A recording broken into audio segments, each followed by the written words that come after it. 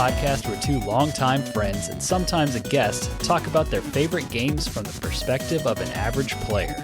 My name is Andrew Kimball. And I'm Dylan Wren, and we are your friendly neighborhood gamers.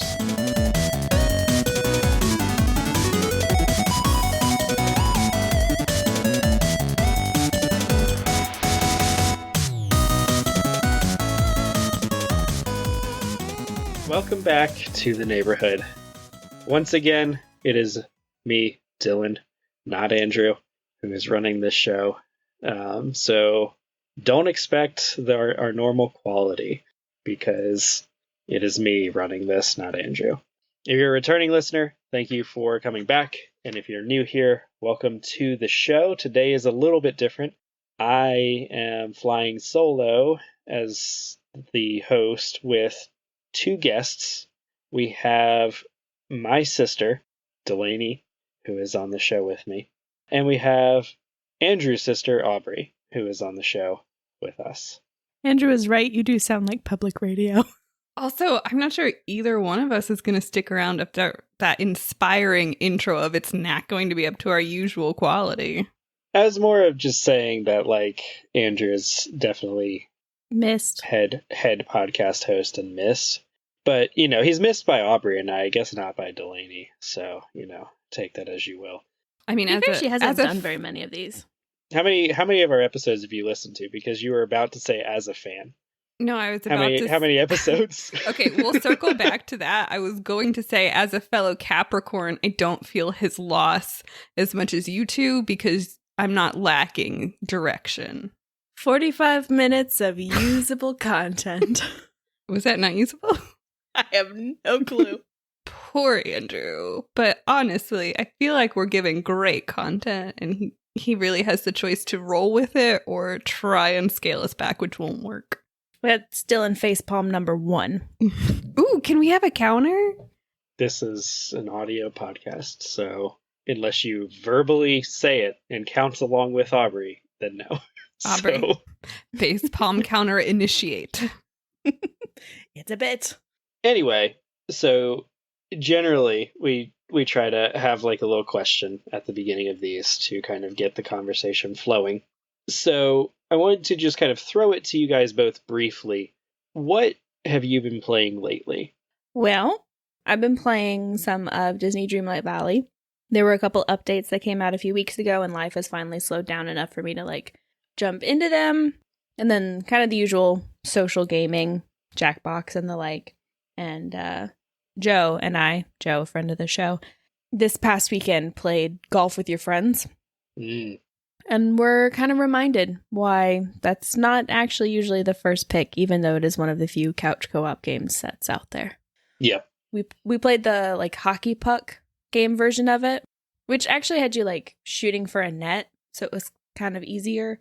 But then we tried the basketball mode, and that should not exist. Wait, how does that work?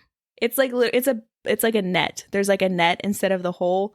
And so you get your basketball over to it, and then you have to like launch your ball and like hit the jump button and get the angle just right.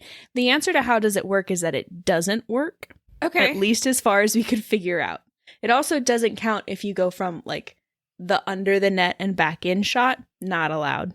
What? We couldn't even get through the first hole. It's one of those didn't stop to ask if they should sort of things. Exactly. Yeah, it was not. Oh, look, we have all of these wonderful game modes. Yeah, exactly. We got basketball mode. Try it out. You'll play it 10%-ish. So, yeah, no. That's been mostly it. The most recent thing I've played was the Diablo 4 open beta. Because the best. There are no thoughts. It's just go. Very like mind numbing and like you can just relax. There's no stress. It's excellent. It was pretty decent for an open beta. There was hardly any glitching or lagging. It seemed really put together. And now I need it to be out now instead of in a month. Yeah, you don't feel like waiting I guess it's almost exactly a month from today when it will come out. Open beta for Diablo is really... They've got another one coming out next weekend as well. But is it just like the same as last time? I assume it's just the same as last time, but I don't actually know. I already got to like the level 20 to get my like little puppy that sleeps in my back when the game actually comes out, so like I'm good. Yeah, I can already tell the achievables and collectibles in that are going to be a problem for me. As in, I'm going to have the obsessive need to get them all. Yeah. It's going to be bad. Yes. But yeah, it was a lot of fun. We co-opted some of that last time it was out, and it worked surprisingly well. I'm very glad to hear that. I drafted that in Fantasy Critic. Did you? Yay! It does seem like it will come out and get you a lot of points. Fingers crossed. Don't know if it'll quite hit that like 90 and up, but if there is a game, that's one of the games I definitely think could get you like the 90 and up points, which is like where you start getting like the bonus points. So, and that factors in like real people reviews and critic reviews. Is that right? It's a critic aggregate. Oh. Yeah. This one's just critics. See, I feel like critics might not love it because, I mean, it didn't really seem groundbreaking or like innovative or like doing something new with it, but it was exactly what I wanted. Yeah. Overall, the general discourse on Diablo 4's like betas was good. Like it was positive, and a bunch of people, like a lot of the critics were saying like, can't wait for this. It also kind of goes back to like Diablo 2-ish in a lot of its aspects, which like I don't really care about, but the critics are all about that nostalgia and will give a game like Pokemon way higher than it should be because nostalgia. All right. Taking the soapbox away. You know, Redfall did me no favors. It did not. It is, in my opinion, and I don't know when this episode comes out, if it comes out before or after Andrew and I eventually talk about me playing Redfall, but I do feel like Redfall is getting unfairly treated. It's not a great game, and it would probably still be losing you points. But the 7 that it's losing. IGN gave it a 4, and I don't feel like it deserved a 4. Well, IGN only has 2 scores. They've got 4 and they've got 8. That is true. I feel like I have no idea what this game is, but I feel like they're being too harsh. Like it's like a vampire. You can't expect game, right? Avatar level movie from like an Abraham Lincoln Vampire Slayer. You're going for 2 different things there, and just because it's not the same doesn't mean they're not both good. To clarify, Avatar is in the blue people. Yes. Because a lot of people would think that maybe you were referring to the Avatar, the Last Airbender movie, because they hate Redfall. So, see, I've never heard of this Avatar, The Last Airbender. Is that a pop culture reference? I cannot with you. I can't. See, I was playing the long game with her, Dylan, getting her to watch that show. I had a whole strategy of like, we're going to like put it on randomly one day, get a couple episodes in. She's in the middle of doing something else. And then you just come out swinging with, you gotta watch it, you gotta watch it, you gotta watch it. And now the heels are so dug in, it's up to her shoulders now. What have you been playing lately, Dylan? Well, I was going to skip me. Oh. Because the audience Andrew and I have like a whole dedicated show where we talk about what we've been playing recently. But I've been playing Jedi Survivor and Redfall and Marvel Snap mostly. So those have been my kind of go-to games recently. So we will now kind of transition into our main topic, which I threw a couple of ideas out to like Aubrey and Delany when I was seeing about getting them on the show. And the one that seemed like it got the most traction was cozy games.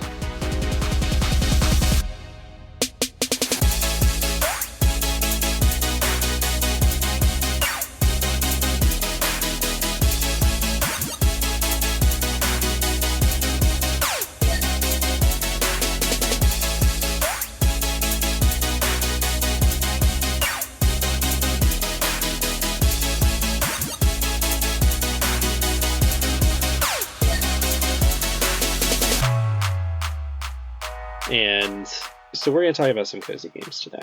And so I feel like the starting place in talking about cozy games is the question: what would you define as a cozy game? Because that's like a term that's thrown around a lot in the industry and in gamer spaces.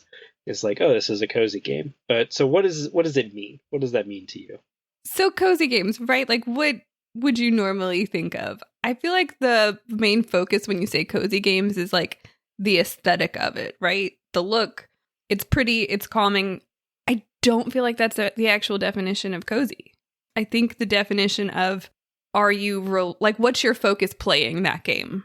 Is it to have a story? Is it to like do a challenging game like with the stupid Bloodborne or whatever the stupid bullshit you play that you hate, that you're really bad at? Dark Souls, that one. Like, is that the point? Are you playing for a story? Those are not cozy games. Are you playing to just like quiet your mind and relax? That's a cozy game.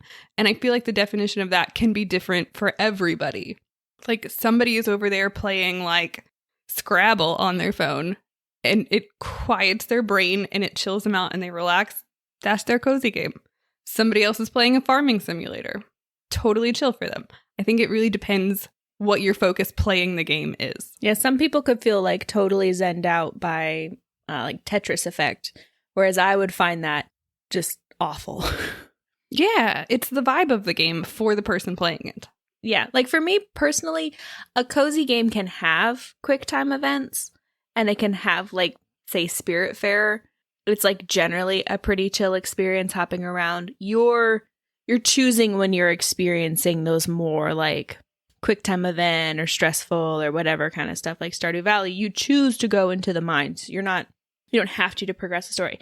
You choose to fish, even though it seems like hell on earth. Like it can have those elements or those like mini game type stuff. Like even Cult of the Lamb, maybe just because it has that like resource management part to it. Cult of the Lamb was a little stressful until you like got that engine rolling. It definitely had like consequences. I guess maybe like a lack of severe consequences is part of like what makes a cozy game feel cozy. That was someone else's definition. There had to be like a sense of safety and like no high risk or threatening activities whatsoever. And I think that kind of comes into what you were saying, Delaney, of it can be kind of a different thing for different people because everyone's level of what is stressful, what is high consequence is different. Because like you were saying, like Bloodborne is not a cozy game. And like aesthetically it's not a cozy game. But if you're very familiar with it, I would think, oh, okay, this is familiar, this is cozy. But also when I'm thinking of cozy games, it's, like, okay, Animal Crossing. Like there's not really any deadlines that you've got to hit there. Yeah. You can self-impose some deadlines of like, oh, I want to like catch all the fish for the summer or something like that. And this fish goes, like, if I don't catch this fish by the end of the summer, then I've got to either time travel or I've got to wait until next summer to like catch this fish or something like that. So you can have some like self-imposed deadlines, but there's no like, it's not like Tom Nook is evicting you if you don't pay off your loans. Yeah, in a certain time. Within 30 days or something like that. I mean, have you played it recently? That was in the latest update. I have not played it recently. But yeah, his nephews are real cutthroat. Show up with baseball bats and just break your legs, toss you out. Yeah, he got back together with Red, and it's just been downhill ever since. Does make it easier to get rid of those villagers you hate, though. Yeah. I mean, you would not have been sad if they just evicted and murdered that horseman that you hated. I don't even remember his name. Pretty sure it was Ed. So. Hated him. Didn't he try and come to one of your islands after he left mine? Probably. It's possible. Or maybe I accidentally like talked to him or something. And he was like, hey, you want me to come live on your island? And I was like, no, I don't. That is the opposite of what I want. Thank you. Well, yeah, but it does like, I filled my whole island with just wolf villagers. And so that was like something, and it was just like a random thing that I was like, this is going to be very fulfilling if I can pull this off. That's what I did when I had a villager want to move out. I was like, all right, you two who aren't playing anymore, send me all your Nook Miles tickets. I'm about to go island hopping. Yep. So yeah, kind of those, it's like largely self-imposed goals. But not necessarily. Like Spiritfarer, it can have a storyline like Spiritfarer or like Night in the Woods, or even like Coffee Talk, where it's definitely like story based, and there's even some like mild platforming or again quick time events or stuff like that. But I think the approachability is kind of it's an important component, I think, especially for a large segment of people who do play it, because there's not that learning curve to get over. So it's easier to achieve that familiarity that puts it in that comfort zone. Like, once you become very familiar with Bloodborne or Dark Souls or Elden Ring or whatever, and you feel very like comfortable and in control in an environment, that can be very comforting to go somewhere where you feel like you have power over the environment like that. But it's such a learning curve. And then you like land in a pocket you've never discovered before, and instead of, oh, here's this new place to explore, it's like, oh God, what is this that's about to kill me? Yep. Because we were talking earlier about Diablo, I would almost define as like a cozy game. Aesthetically, again, not cozy. Brutal, but No, I would agree with that though. Like I would argue that Diablo 3 is incredibly a cozy game for me. I don't know about anybody else necessarily, but I really don't have to use a whole lot of brain power on that one. And like you play a character, you can die, but the consequences of dying are virtually nothing. So it's not really a bad thing. And honestly, the higher level you get, it doesn't happen that often. Yeah. Well, and like you can play it at like a ridiculously, like you can keep cranking the difficulty up, but there's nothing that says like you have to play at Torment 13 or whatever the highest difficulty is. Like you could definitely be like, no, I can for sure get through anything on Torment 6 without ever a fear of dying. I'll just play there. Yeah, that's kind of how I got with Hades, because I had God mode on, so I got progressively more damage resistant as I failed. And I got to the point where I could reliably get to Hades, assuming that trying to get that gift for Cerberus didn't just obliterate all of my death defiances. And like up until I had to face Hades, it was a pretty chill experience. But I think that's kind of that straddling point between like a comfort game, like a game that you personally find comforting, versus a cozy game and that like specific genre. I think a cozy game is designed and is attempting to become a comfort game by having enough continuing content to keep you engaged, like Disney Dreamlight Valley, which is not fully released yet, so we're just like getting updates and stuff as it moves towards being released. But their goal is like something you can come back to and just like chill out in. Versus like Night in the Woods is generally pretty chill, and there's not like, you don't take fall damage or anything or stuff like that. But like there's very much a story, and then the story's over. And you can replay it a couple times to experience different parts. And then if you enjoyed that experience, you can go back in and like play it again and again. Like the repeat play value is whatever you decide it is, but they didn't design it for like years of play, like maybe Stardew Valley has gotten to the point of, or Animal Crossing or Minecraft. Yeah. That's a really interesting point though, that like comfort games are one thing, but cozy games are specifically designed to be comfort games. That's a good definition of it, I think. Yeah, because like they are heavily leaning on that aesthetic.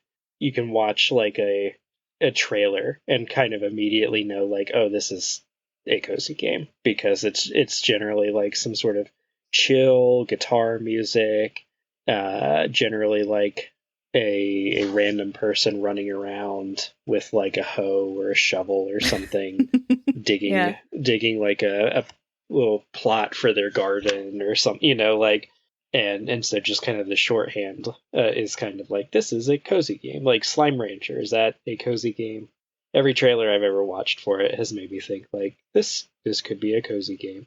I think so. I think the lack of like a time-based consequence, like you're not punished by the narrative for just wandering off and doing whatever. You can be hurt by the tars, and you can take fall damage, and you can fall to your demise, but then you just like wake up without whatever you've collected that day.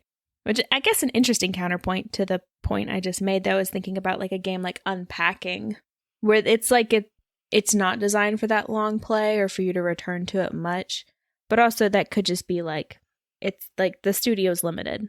Well, and Like, not every... I think Stardew and Animal Crossing are kind of like the biggest cozy games, and so like the general like shorthand for cozy is like, oh, it's a farming sim, a life sim sort of thing. Although I would argue some aspects of almost any game could be cozy, or I guess any game that has a fishing simulator. Yeah. The fishing simulator is basically just cozy gaming, even if it's inside something else, right? Nah, you've clearly never played Stardew Valley, because so I haven't. Because that fishing mini game is the absolute worst and makes me almost consider Stardew Valley not a cozy game, because I am so uncozy when I have to play that fishing mini game. So legitimately, it was what made me like, nope, Stardew Valley's not for me. I got out there and was like, I'm going to do some resource gathering. Okay, I don't have a lot of funds right now. Like fishing. I got a fishing pole. I can fish. There's however many. I can sell those. Like that's a good way to aggregate like funds and means. And you have to click the mouse to make the little bobber stay in a green zone that's constantly fluctuating up and down.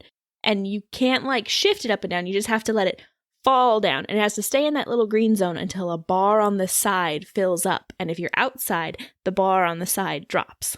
That sounds a little bit like the fishing in Cult of the Lamb, which I did not enjoy. It's a lot like the fishing in Cult of the Lamb. Cult of the Lamb is like a simplified version of that. Yeah. Imagine if the fishing in Cult of the Lamb was somehow more annoying. Was harsher. Because you can lose fish in Stardew Valley. You couldn't lose them in Cult of the Lamb, I don't think. Yeah, I don't think you could, but maybe it was just too, like, it was not hard enough to... I feel like I deliberately let it sit and it didn't, like, lose me a fish. Okay, so fishing is an integral part of cozy games, for the most part. What game has the best fishing? Whether it's a cozy game or not, because there's fishing in a lot of games. Animal Crossings is pretty satisfying. Yeah, I was gonna say Animal Crossing, I think, is hard to beat. I do like the fishing in Sea of Thieves, which could be a cozy game. Maybe. Could be. It's a sim. Yeah. I don't remember the fishing mechanic in that one. It was similar to Animal Crossing, where you would just like bait it and throw it out there and just kind of like let it sit and then kind of reel it in. I do like how Spiritfarer did it. It was kind of like Animal Crossings, but just a couple more steps. So like Animal Crossing, you like... it bites, you hit the button, it reels it in. In Spiritfarer, you do it like off the back of the boat, it bites, you pull it in, and if it's like a big fish, you have to like pull, and then let off tension as your rod starts to like turn red. Then pull and back off a little bit. And unless it was, most everything you're going to catch is not that hard, but then there were specific spots in the game where you could try and catch like a tuna. And then that would be a really hard challenge. But for the most part, they would just turn red once or maybe twice while you were reeling it back in. And it was never really that much of a headache. But it had enough of a mechanic that if you enjoyed it and wanted to challenge yourself, there were zones where you could, like, challenge yourself. Yeah. Gotcha. I'm not proud of how long it took me to figure out the mechanics of fishing in Disney Dreamlight Valley, because it was a solid 10 minutes. Solid 10 minutes, and I think I was on the phone with Dylan the whole time. I was there watching him try to do it, and it was 10 minutes is a bold claim. It was, I think, longer than that, and much more like, I don't understand this. What's going on, Goofy? Why did you do this to me? It wasn't very well laid out. It is early access. I can't remember what I was playing, but then after I played that, I played Disney Dreamlight Valley, and for some reason my brain forgot how the fishing worked, and I thought it was like button mashy. It's like, you mash the button, and then I was like, yeah, no, you lost that fish. I was like, wait, no, but hold on, this one's a little bit different. Yeah. Speaking of Disney Dreamlight Valley, which we can all agree, no questions asked, it is a cozy game. Yes. The one thing that makes that game a little bit uncozy for me is the darn resource management. It just makes me so angry. There's not enough room in your inventory. There's not enough room in your house inventory. You're constantly having to sell stuff, and there are way too many resources that you're collecting all at the same time, but you don't actually know if you're ever going to need them. Yeah. No, actually. I'm so frustrated. So I went back after the update and I played it recently, and I'm to the point now where I've got all the characters unlocked. They're maxed out. I think I just had like one mission left to do for Buzz Lightyear, and then he was like maxed out on all his quests. And then Olaf, I had like just unlocked him, and so he was like about halfway done. And I had stalled out because I needed 20 of one kind of flower, 20 of another kind of flower, and then 20 of like a third flower, and they just would not spawn in. And right now mine is glitched. All of the like flowers in the Frosted Heights area are red. They're not actually red, but they're displayed as red. So I was like, oh no, God, it's glitched. And then I went to just like clean up because I was kind of bored. And so I just like picked up everything and started rearranging stuff. And it was like, oh, you've got 10 black ones and 10 white ones and 10 red ones. So I was like, okay, well, never mind. Anyway, I did a daily mission for Minnie. And then at the end of this daily mission, which is a new thing in the updates, she was like, hey, so you remember when I asked you to build that clock tower? I think I may have asked you for too much sand and clay. So here's 50 sand and clay back. Like, I guess people complained about that mission so much that in the latest update, I'm currently ignoring it because it was too much. I think in the patch or something, they were like, sorry. The drop rate on clay is insane. Oh, it's so like you have bad. to dig up. How did you even get 50 in the first place? I had a week off with COVID. That's all. I played Disney Dreamlight Valley for like, I probably clocked 50 hours in 1 week. It was unhealthy. It is kind of a slap in the face, though, to give it back to you, because what are you going to do with it now? It's like, oh, great, yay. Let me just put this in my storage for some other time. So maybe... Now I have it, and I have to deal with it, and I have no room for it in my inventory. Thank you. I'm just going to drop... That's the other thing, too. It doesn't drop in stacks. If you drop a stack of something, it's all over the valley. And it doesn't go away. It stays there. Forever. Again, in the latest update, they gave me like 60 flowers, just 60 random flowers that I don't need. And I claimed them and I was like, well, I got to clear out this space in my inventory, which they do stack in the inventory. And now I just have this random ass field of flowers. And I'm like, well, I guess if I need them, like I'll circle back. When I was playing it too, though, before the update, the flowers, I think, only respawned once a day, which really sucked. I think they've changed that. I thought it was more than that. So first of all, Disney Dreamlight Valley is a fabulous game and I love it. I don't play a lot of games and that drew me in like immediately. Like within 5 minutes, I was like, oh no, this is about to become an unhealthy problem for me. It's amazing and I love it, but I don't love the crafting in it because there are so many things to craft and it's so random what somebody's going to ask you to craft. Like, oh, this person wants this meal or this person wants that and this person wants that. And there's so many things you can't possibly keep them in your inventory until you know that that's what you're crafting or that's what you're making somebody. And so it just is so frustrating to like sell stuff going, yeah, it took me an hour to collect all of those and I'll probably need them in like 5 minutes, but I have nothing in my inventory. I have no room. I have to get rid of it. Yeah, or drop it all over.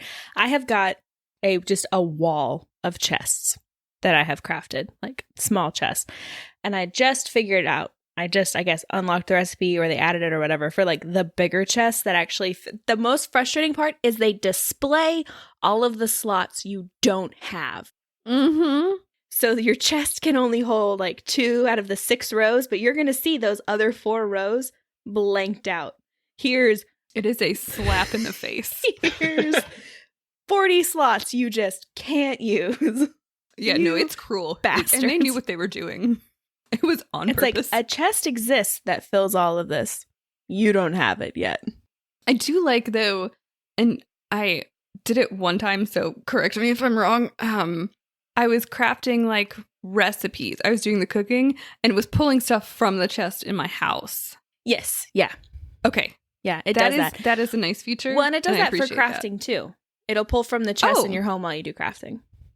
Okay. You don't have to have it on your person. That's not the worst. I mean, I essentially just need to build 500 chests. Yeah, exactly. They're like, decorate. Give me a big backpack. They're like, decorate your house all cute. I will not. It's going to be a room full of chests. I add furniture to that space when it's a quest to add furniture to that space. For the quest, so in every area for that, there's a quest to like add 10 pieces of furniture. No, I just go in and I move around some of the trees in that area and it counts. You can do that? No, I just dropped 10 like just random furniture that's been gifted to me. Those little Mickey Mouse like tables and beds and whatever have spent 30 seconds in every part of my valley and then been picked up when I turn it into Scrooge McDuck. Girl, you literally don't even have to do that. You can just move some bushes around and it counts. Oh gosh. I mean, for the first one, I put down the Mickey Mouse table. But then after that, I was like, this sucks. Let me just move some bushes. Oh, we're good. Yeah. Decorate it, turn it. And I've seen some people like really go all in with the personalization. And it's cool because unlike Animal Crossing, you can go to like a customized area screen. You can zoom way out. There's grids. It's like snap to center. Like it is, as far as like if I was playing on PC, it'd be gorgeous. I'm playing it on Xbox. It's controllers. Not optimal. Never play The Sims on the Xbox or PlayStation. So okay, there's an idea. Like, are some platforms cozier than others? Because I would say for me personally, I don't find playing things on a PC cozy because you can't like sit on the couch really. Like it's not a cozy vibe. Whereas like I think personally the Switch is the coziest vibe. Yes, the Switch absolutely lends itself the best to something like that because you can like be anywhere. You can be in bed. Like mobile gaming, handheld gaming definitely lends itself best to the genre. That being said, I think a lot of cozy games, because it's kind of an indie genre, tend to be optimized for the PC. So, like, I got a game on that I have on Game Pass called like Potion Craft, where that's literally what you craft potions. And if I can, I have played Potion yeah, Craft. and so if like I can move my cursor over here and like click, click, click, click, it'd be super easy and convenient. Instead, I have to drag my icon over with the like controller stick. It's not bad, but that's definitely kept me from really digging into the game and like figuring stuff out. Yeah. Like I was like, meh, I've had enough, like 10 hours in. Whereas if my PC setup was better and more comfortable, then sure, I could see myself dropping lots of time in there. But even just like with a laptop, having a laptop in your lap is not as cozy as like a Switch or like a DS in your hands. I will say the exception to this rule would be The Sims. I want to play that with a mouse and I want to play it on a computer. It's horrible on the Xbox. Oh, yeah, no, it's a nightmare on consoles. Man, trying to like maneuver furniture around and like get things where you want it to go. No, I need the click and drag. Yeah. Yeah, because I was going to say like some of my like ones that come to mind are like Majesty. I would kind of consider almost a cozy game for myself anyway, because you're just kind of like building a little city. You can set it settings wise to like, it's just some like rat dudes that attack me that aren't really dangerous at all to anything besides your wizards. Well, and like Age of Empires too, I just collected sheep and like you can win without ever having combat with anybody else. You can just build your civilization up to where like you build the wonder. Mm-hmm. Yeah. Oh, and like some of the like park management sort of games, like Roller Coaster Tycoon, I would say is my personal nemesis. Zoo Tycoon. Zoo Tycoon. The like Jurassic Park games that have come out where you build like your dinosaur park has been cool. And then there's like, I forget what it is, like something Mars, like Terraforming Mars? That's the board game version that I always get confused with the actual game. Oh, speaking of cozy board games. There is the coziest board game of all time. There are no exceptions, and it's truly like it truly defines cozy from the very aesthetic wingspan. 1000%. The greatest of all time. And I was really reluctant to buy it too. Like I had seen it for a long time, and first like something about it just like didn't sit right, and I don't know why. But I don't know how often Dylan talks about board games on here because I definitely listen to every single episode. But he has about 8,076,000 board games approximately. It's a rough estimate. And I bought him for Christmas one year 3 different games Three separate games throughout like the months of November and December, and I kept finding out that he already had it or somebody else had bought it for him. And like the last one, I was you had my Board Game Geek collection. You could have looked at it at any time. Yeah, but to be fair, super helpful. It's like hard to pull up a website and scroll through what is actually legitimately probably over 250 entries. Yeah. To be like, is, and I was like, well, it's on the list, but then like if I don't think that site's well optimized for mobile. It's not. Because I definitely was like, oh, he's got that on his list, and then like I've realized, oh, I can scroll over to site. Oh, it's on his wish list. He doesn't actually own that. Okay, well, so grace where it's due. Long story short, Wingspan. It was one that like got good reviews and whatnot, but for some reason I just didn't want to buy it for you. But after I had to return the third one, I just went, okay, that's what you're getting, whatever. And then it turned out to be the best game. Well, ever. because of that like cozy game aesthetic, like we've played cozy games where they just don't have many mechanics. Like Wingspan is a beautifully optimized game. Like it's well structured. There's lots of different ways you can go about approaching your aviary and building out your board. And so it keeps it interesting, like, because it's non-competitive. So that can be kind of hard to make interesting, like cooperative games like that. It's pretty easy for somebody to just like tune out and not really participate. Whereas this one is like, there's plenty to focus on. And if you want to like, Joe and I like took it up to his parents for Thanksgiving. And when I tell you retired Navy, I mean, jumped in both feet. Like this man got 100 points on his first game. Wow. Wow. They immediately took to it. They were like, yes, this is great.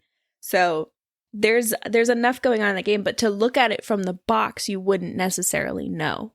Yeah. No. Yeah, you just play birds, get points. Yeah. If you're looking at the box. Which I did find out about a companion app where you can scan the cards and it plays their bird song. Oh, when are we playing it? I need to pick up the Asia expansion because that's optimized for 2 players. Ooh. Or it can expand your game up to, I want to say, like 9 players. Okay, we need to get a 9-player Wingspan going. How fun would that be? Right? That's so many people. That's so many people. A round would take so long. I don't know why I'm not. Like, I'll drop $90 on charcuterie ingredients at the grocery store literally for no reason. But for some reason, when it's like, let me spend $45 on a board game that I'm definitely going to play 100 times, I'm like, well, maybe. So I was talking to Dylan about this the other day. There's one that I've seen advertised on TikTok that has like drawn me in. What was it? The Yawning Portal or whatever? Oh, yeah. That like tavern management board game. Yeah. And I think that one would be super fun. Mostly. So what drew me in is I Googled it. I was like, okay, what is this? Because this kind of looks like it could be fun. And I Googled it. And the description that I saw was one sentence. And all it said was the board game version of Diner Dash. And I was like, we're in. We're in. Oh my God. Oh, yeah. Yeah, no, we need to play that. I would say Diner Dash might have been my first cozy game ever. Yeah, or like the Sally Spas kind of, yeah. You and I spent hours on Diner Dash. Oh, we were so good. Remember the 2-person version of it? Oh my gosh. We were unbeatable. I think every time we played that, we had to end it ourselves because we had to intentionally fail. In endless mode, we're like, my eyes are crossing and they burn really bad right now. Like, we need to stop. Yeah. Oh, I loved that game. Yeah. Yeah. So, I mean, resource management can be pretty cozy. And that did have consequences at a time limit, but it was pretty easy to fall into a flow state. Mm. Like, once you hit your groove and you hit that flow state, then it was like, and we're going. And we're going. Yeah, and we're going. Exactly. I loved that. That was a good one back in high school. I played a lot of Zoo Tycoon back in high school. Yep. Like Zoo Tycoon, the original. Yeah. Where you could put the mermaids in the tanks and have little mermaids. That's such a good game. I think the ability to like drop in, do it for a bit, and like pull out is another important element. Because like I play games on my phone. I play Merge Mansion, which is one of those like merge. I know nothing about it other than I've seen like all of the super intense ads, and I'm like, I guarantee this game doesn't play like Pedro Pascal solving a murder mystery, but I kind of wish it did. Not even remotely. No. But it is fun for what it is. Like, I have not spent any money in the game. I've gotten hours of enjoyment out of it. Like, it is one of those, like, wait to refill. But I can hop in and I can work and manipulate enough. Like, if I'm listening to an episode of Critical Role, I can make that sustain me for like 20, 45 minutes, an hour. And like, I can switch between that and a couple other games kind of in that style on my phone. But I can also hop in, do a couple quick things, pull out, like when I got a quiet minute at work and I'm like, I just need a brain break, and like jump in there and then pull right out and go back to work. I think that is an important like definition of cozy too. Is the ability to just like, I have 5 minutes. I need to reset. Like, let me just jump in there. Go. Because like Diner Dash, it could be pretty frenetic. It could be pretty frantic if you didn't hit that flow state. But also, that's a 2-3 minute level. Like, you hop in, you do it, you go, you're good. You're not committing to a lot either, which may be like cozy game. You're committing to as much of it as you want to. Man, I was just playing a Diner Dash like game and I can't remember what it was called for the life of me. And now I'm really sad because I want to play it again. On your phone or on? I don't remember. I don't think it was my phone. I think it was the Switch. Oh, okay. I was gonna say there's the as if it's uncooked. Uncooked or whatever, overcooked is the one I'm thinking of. Yeah. I didn't find that to be a cozy chill game. I did not. I think they wanted it to be a cozy chill game, but it was not. I don't know that was their goal, actually. I don't think it was. I don't think they paced that to be like, this will be chill. I think their goal was destroying friend groups and causing divorces. Honestly. That felt like the goal when I played it. Yeah. Now that I'm thinking about like sort of party games, some of the like Jackbox games I feel like are cozy. Mm-hmm. Just kind of the like sort of NPR podcaster voiced ones where it's just like, hey man, we're just like gonna draw. We're all gonna draw for like 30 minutes and the points don't really matter. We're just drawing for fun. We're having a chill time. And then there's Trivia Murder Party, which is not cozy. Chill. I just thought of that. Really, I don't know why my brain pulled this up, because it's quite frankly the opposite of a cozy chill game. But y'all remember the bomb disposal manual game? Yeah. Yes, so fun. Keep talking and no one explodes. Yes, that's the one. Like, we sunk some time in that. And again, like with other, familiarity breeds like comfort and ease. Like Delany and I, we played it in college when we weren't playing The Sims, and it was like drop in. We had like code words. We'd figured it out. Like, we hit that like mind meld kind of moment where it was like second nature. Okay, we've got this one. All right, this to this, blah, blah, blah. Like, once you like hit that flow state, it's super fun and chill. And it's actually like a really nice, it's like the stress kind of goes out the window until you get a bomb with like 9 modules and you got a minute and a half. And then it's like, well. Yeah. We got real good at that. The only one we never like perfected in that was the Morse code one. That one was still like 50-50 every time we did it. Like, you would try, but good luck. This feels wrong, but I don't have enough evidence to point it in either direction, really. Well, it was like the math, like you're doing a math problem on a test and like you don't get the exact right answer, like of a multiple choice, but like this one's the closest. I'm gonna just go with feels that. Like a C. It's probably right. It's probably fine. We also played a lot of Ticket to Ride mobile. Oh yeah, That's a great time was passer. Cozy. That's a good, like, I got 5 minutes, or like we're standing in line, let's pass the phone back and forth. But legit, I've done twice now with Abby. Like, I can't remember what the most recent one, but like the one before, we started a game waiting for a reservation for a table. Like, and just passed it back and forth. Us waiting for our bus in Canada, just pass it back and forth. It was pretty nice. That is a good version of a board game. They adapted it really well. Yeah, you don't have to do all the math like at the end. And that is really count nice. Up everything, which is nice. That is really nice. So yeah, I think mobile games definitely lend themselves better because games that are optimized for mobile platforms are more designed for like jump in, pull out, jump in, pull out. It feels like it should be a cozy game, but is absolutely not. The Phoenix Wright games. Yeah, those are great. It's you are a lawyer, Delany, and you solve the murder mystery because you're also, I guess, a detective. Well, it's kind of a satire on the Japanese justice system specifically, but really around the world, where you're guilty until proven innocent. And so you're a defense lawyer who pretty much has to find all of the evidence and find the real murderer because they've picked your client and like you know they didn't actually. Yeah, it's very fun, but it's not chill. No, because you're sitting there like, oh, I've got to disprove this. I have to call an objection. What piece of evidence disproves the statement that they've just said? I'm going to press this statement, and the next statement, and the next statement, and the next statement, and the next statement. Damn it, pressing didn't get me what I want. Now I have to actually accuse them of lying.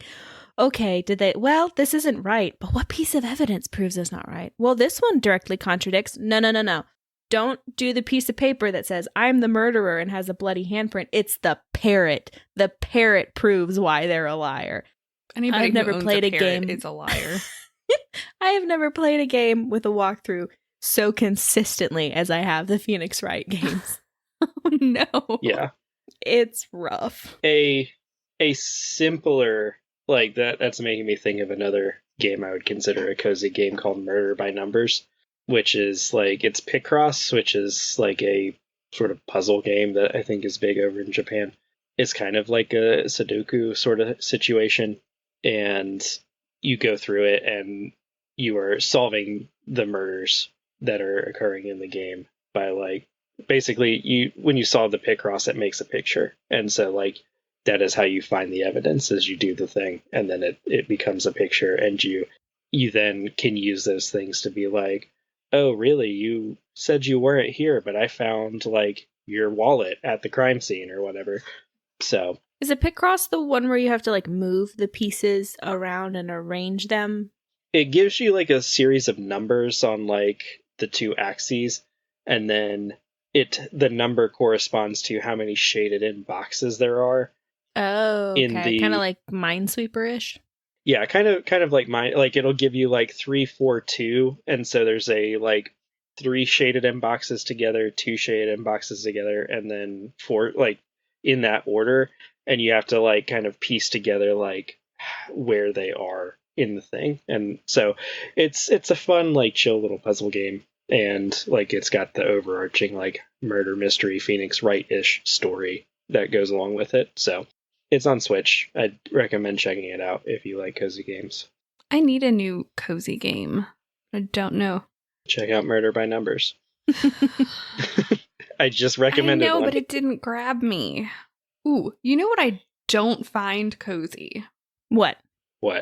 The like end game of games like Minecraft or Animal Crossing, where it's just like, I've accomplished all the things. Now what do? I get stressed. That might just be the type A Capricorn in you and not the fact that it's not a cozy game. I mean, it is, but then after you get to a certain point, it's like, well, now what do I do? That is kind of interesting in like how, because I was about to say, well, then if for Animal Crossing, you buy the expansion pack where then you design vacation homes with the potential of doing it for literally every villager that exists within the universe.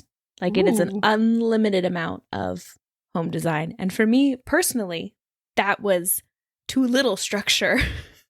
And I went, oh no, and did like 6 and was like, well, I'm now bored of this. And I haven't even like, because if you do some money and you unlock a school you design, and you do some money and you unlock a hospital you design, and you do some money and you unlock like a nightclub you design, like stuff like that. Like there are kind of bigger goals, and then there's that like open-ended, no, you can just do it forever.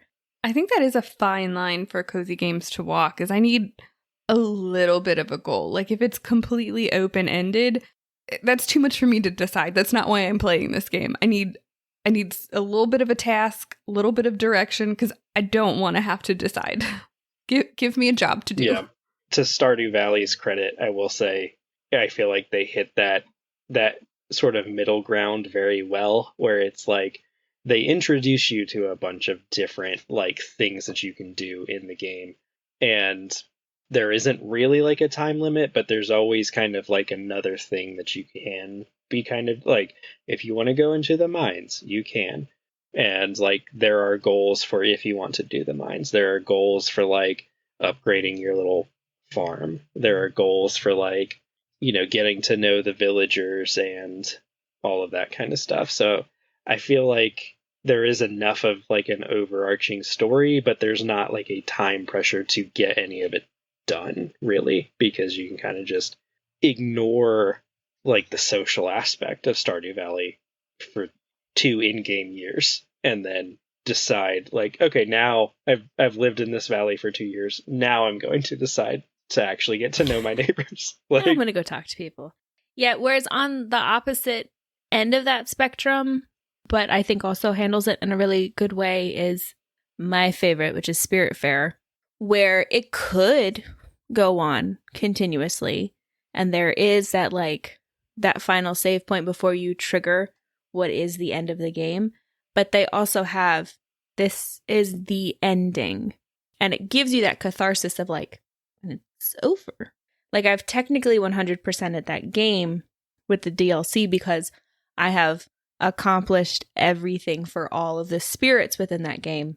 But there's also like pockets that I haven't really explored. I think I have actually like gone to every island at this point. Like, but then it also has like, okay, and now here is your catharsis of the end.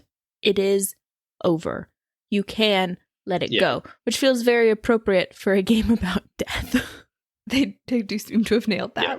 Like, it's about death and accepting death. So maybe you accept that this game is over now. Yeah. But another one that comes to my mind too is like Pokemon Legends Arceus, where it's just kind of like, yeah, you have like these overarching like quests and goals to like go do.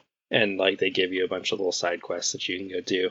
But also like you can just kind of set your own goals. Like, I'm going to go catch like all these Pokemon in this area.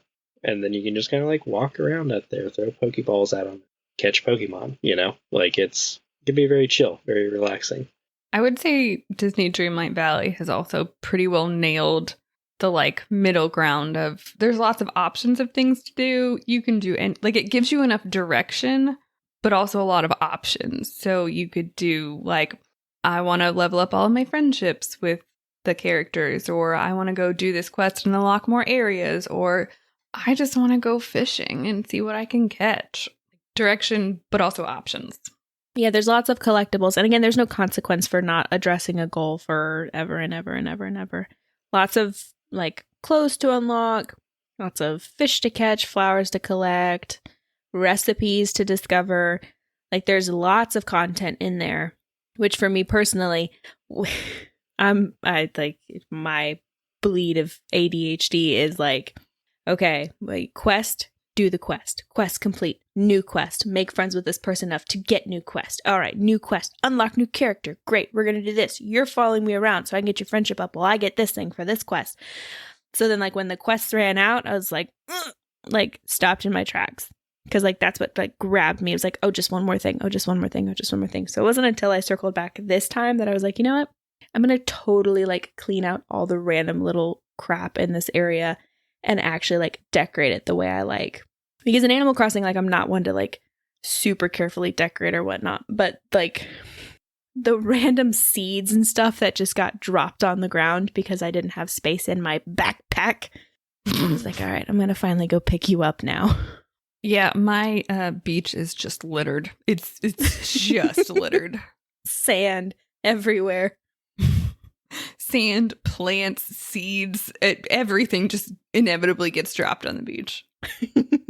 You're just making Wall-E at home, you know? Accurate. You're polluting.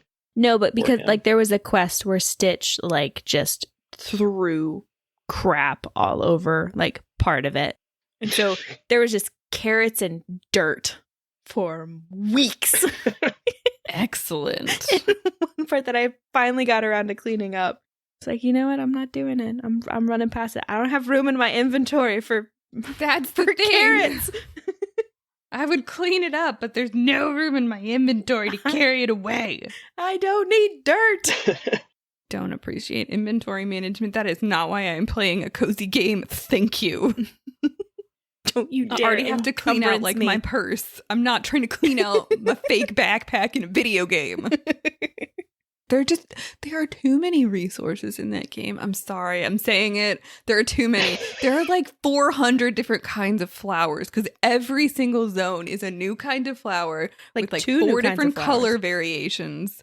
And you need a specific color of a specific flower for a specific quest. And you generally need like 4 of them at least. There are too many flowers. There are too many kinds. And you can only hold, what? How many things can you hold in your inventory? Not that many. Well, you can buy upgrades, which I recently went and did. I am now up to like 4, well, maybe even like 5 rows in my backpack. But it starts at like 2 or 3. Wait, you just got to 5? I bought them all immediately. Oh, yeah, no. I'll be doing quests. I'm using my shit. I'm collecting only the shit I need and using my shit. And then I mine a lot and I sell all the stuff I mine. Oh my gosh, how did you do it? It just lasts. How did you get 50 clay? Slowly. I listened to, I think, every single video essay about The Legend of Zelda that was on YouTube. That's a lot. I think I've heard them all. So that's when this becomes a Legend of Zelda episode. Yeah, an hour and 10 minutes. We're not the people. We're not the people for that episode. I need you to name it Legend of Zelda and then just like have the first hour just be cozy games and people are like, what's happening? We get there eventually. Legend of Zelda.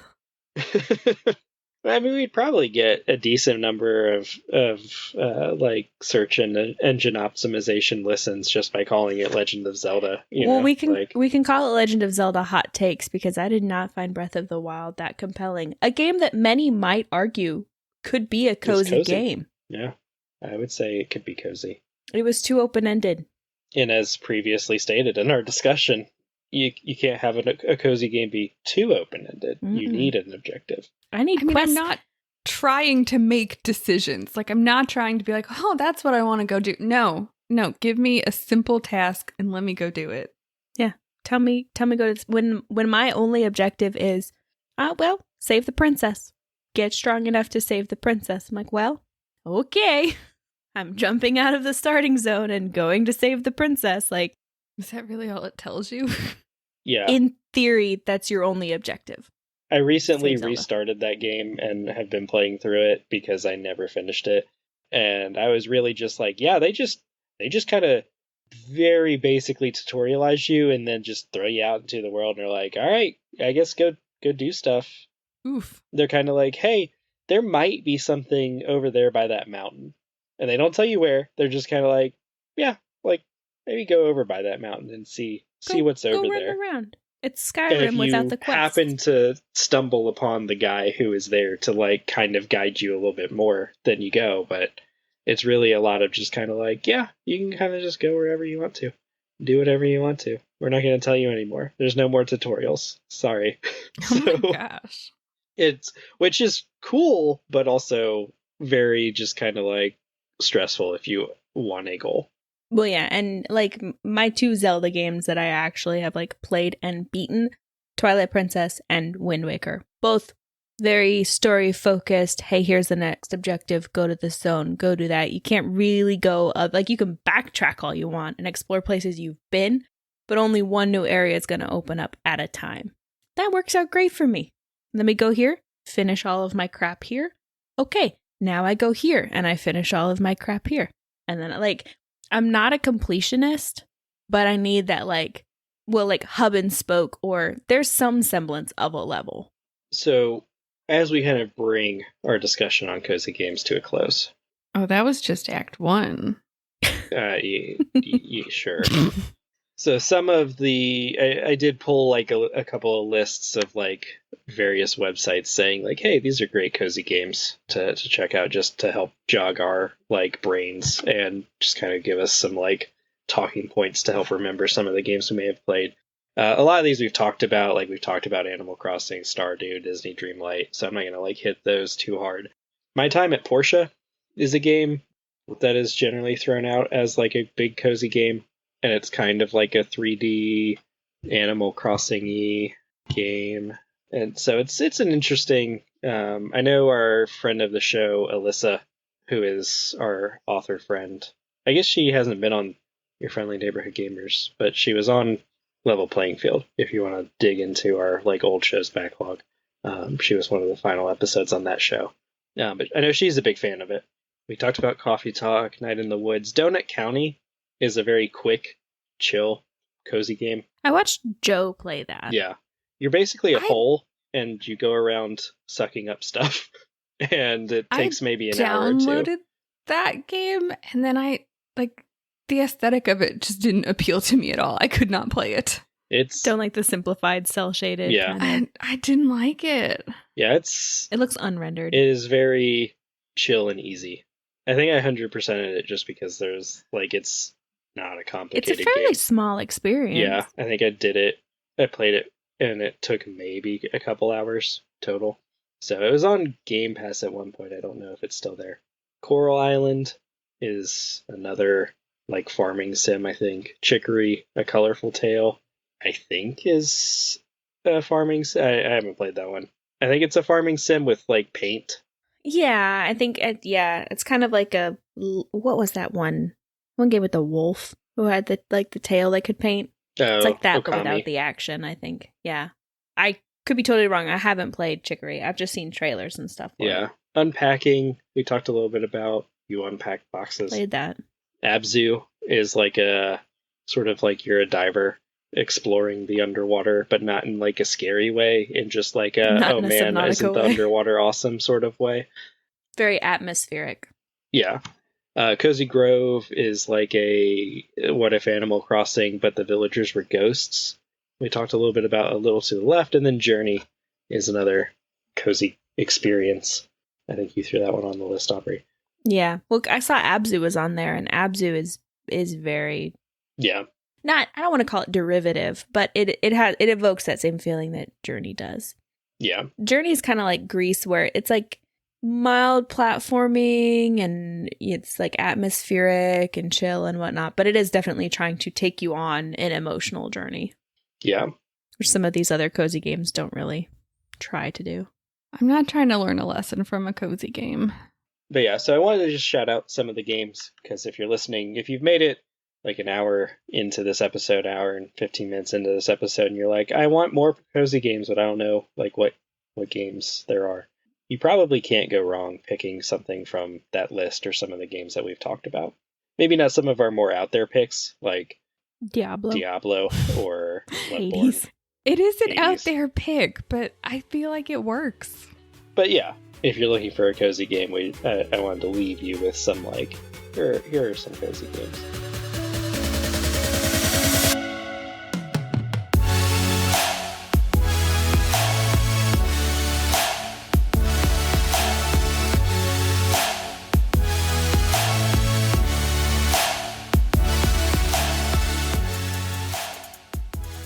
So rolling into our final little bit of closing segment, we did throw out a question in the Discord that was basically, what do you consider a cozy game and what are some of your favorites? So kind of giving listeners a chance to participate in the discussion a little bit. And so we had a few people kind of shout some stuff out.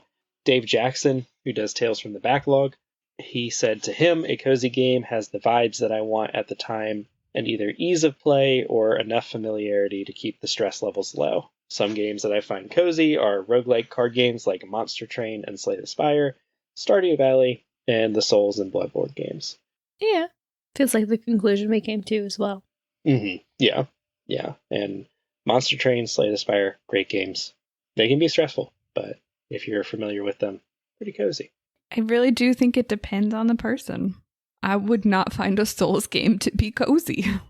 That is probably true, but also you did enjoy the Jedi Fallen Order game, which is a Souls light. Yeah, but I played it on baby. Yeah, and you didn't know you could block until the last boss, so. Which makes it all the more impressive I made it as far as I did without dropping down to baby.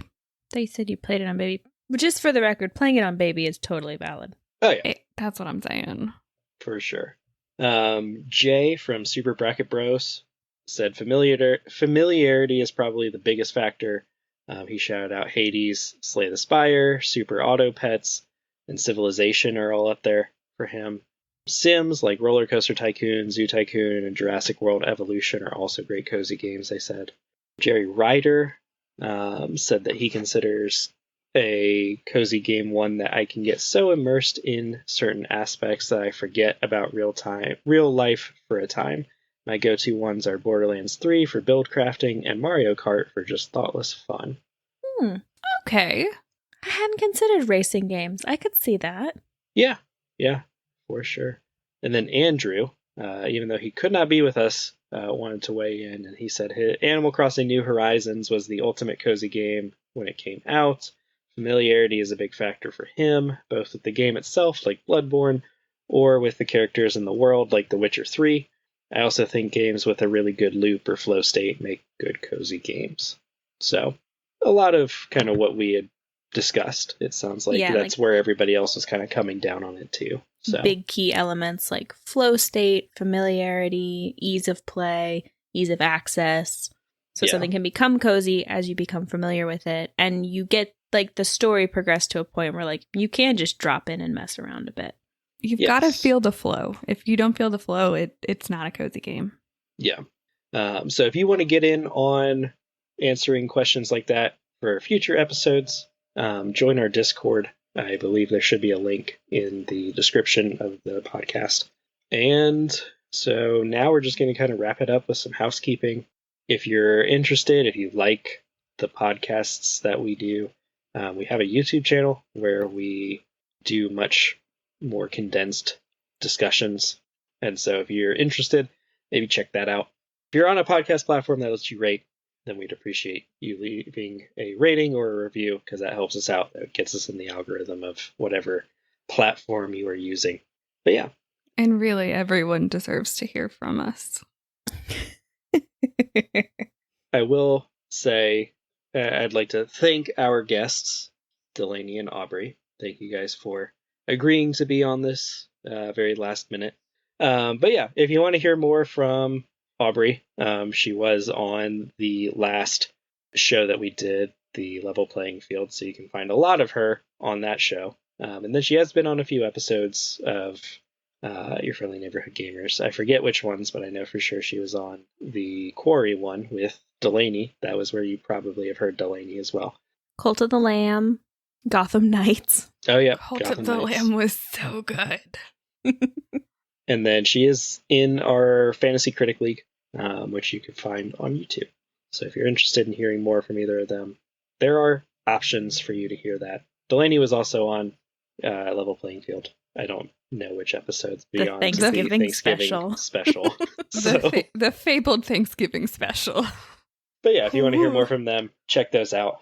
And again, thank you guys for being on. Anytime. Just let us know when you run out of other options again. Yep. Will do. We can bullshit and make content. Yeah, we were told at least 45 minutes of useful content, and I feel like we hit at least 47 there. I mean, we have been going for roughly an hour and a half, and so hopefully there's 45 good minutes in there. They're all great.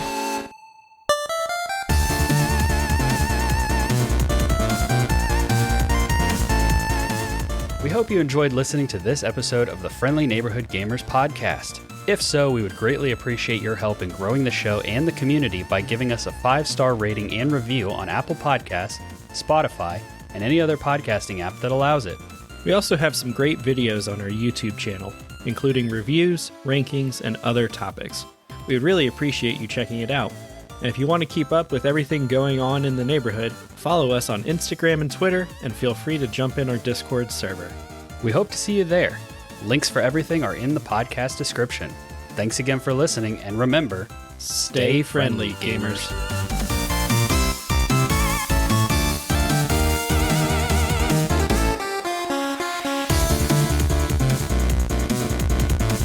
Like I said, I don't know if this will ever see the light of day, or when it will see the light of day. Wait, I'm sorry. What? I mean, assuming that everyone recorded with the correct mics and that Andrew is able to stitch it together and blah, blah, blah, like, it'll come out. But on the off chance that, like we didn't use Riverside because we couldn't get it working. So there's a chance, Like, Riverside was the guarantee of, like, this will come out. Since we're all recording separately, there's a small chance that, like, it's just not working. And so it will never see the light of day. In which case, we'll probably just have you guys back on for a time where Andrew can set up Riverside for us and make it work. So then maybe you're hearing all of this. He'll probably cut this out, let's be real.